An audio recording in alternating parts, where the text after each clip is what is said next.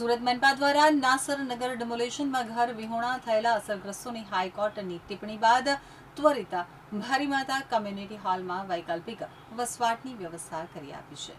સુરતના કતારગામ દરવાજા નજીક આવેલી નાસિરનગર વસાહતમાં થયેલા ડિમોલેશન બાદ અનેક પરિવારો ખુલ્લા આકાશ નીચે રહેવા મજબૂર બન્યા હતા।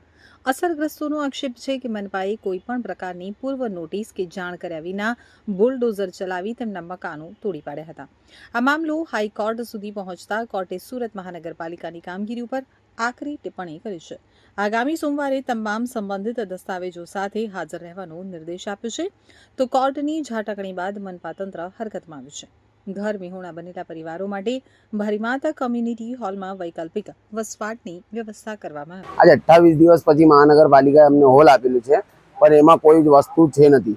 અત્યારે નીચે ગંદકી તમે જોઈ શકો છો કેટલી વધારે છે ને ટોયલેટમાં અત્યારે નળ નથી, પાણી નથી।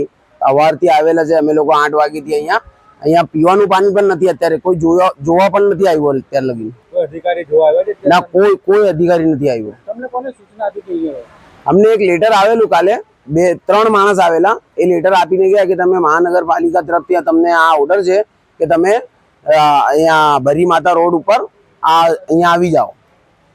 આટલા દિવસ તમે ત્યાં રહેતા હતા નાસિરનગરમાં, ત્યાં તમને કેવી તકલીફ પડતી હતી? ત્યાં ખુલ્લા આસમાનની નીચે હતા અમે લોકો, એ જ વસ્તુ હતી। બાકી જે એનજીઓ છે, સંસ્થાવાળા છે, એ બધી વસ્તુ કરતા હતા અમારે માટે।